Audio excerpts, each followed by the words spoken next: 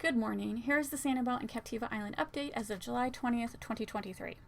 The Captiva Community Panel held a special meeting on July 18th to discuss the Lee County meeting that was held on Captiva on July 13th. That county meeting was held to help residents understand the height ordinance and density changes that Lee County has put forward for the Lee County September 5th meeting. All the regular Captiva members were present, including Bob Walter, who is the South Seas representative. David Mintz, the vice president of Captiva Community Panel, gave his thoughts on the meeting. He thought the meeting was overall productive. Greg with South Seas spoke at the July 13th meeting. I think Greg is the CEO of Timbers. Don't quote me on that. He argued that existing codes prevent South Seas from building back since they had a lot of non-conforming buildings. He is arguing that they cannot build back the same when they want to make the older buildings more resilient. Captiva is willing to add 5 feet to the height requirements, which would help make the older buildings more resilient. David Mintz says there is confusion in build-back provisions and new building provisions. With the current build-back provisions, South Seas can build back if they were to build back how they were. My opinion here, that is the sticking point. South Seas technically does not want to build back how it was. They tore down the employee housing since it was heavily damaged. Instead of rebuilding the employee housing, I assume they want to rebuild rentable condos, hotel rooms, something like that.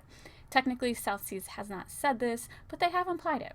Remember, they keep saying they have no current plans, which I call bullcrap. They have lots of plans. They just don't want to share them with Captiva. David Mintz outright asked Greg if South Seas would respect the current density ordinance, and Greg did not answer him. I believe South Seas' main goal is to change the current density ordinance, especially after this meeting. Bob Walter argued with David Mintz over density. Bob said Twin Waters is receiving special treatment since their density does not meet the current ordinance. Of course it doesn't. Twin Waters was built way before the current ordinance. Twin Waters is grandfathered in since all of their rooms were built before the density ordinances changed. Technically, if Twin Waters tore down all their old rooms and rebuilt with new plans, they would have to rebuild to the current density standards. Bob was comparing apples and oranges. Luckily, Jay Brown set him straight. And then Bob Walters got mad because he wants Captiva to post Lee County's informational link about the new proposed ordinances that is full of misinformation. Of course, the panel voted down on not adding that link to their website.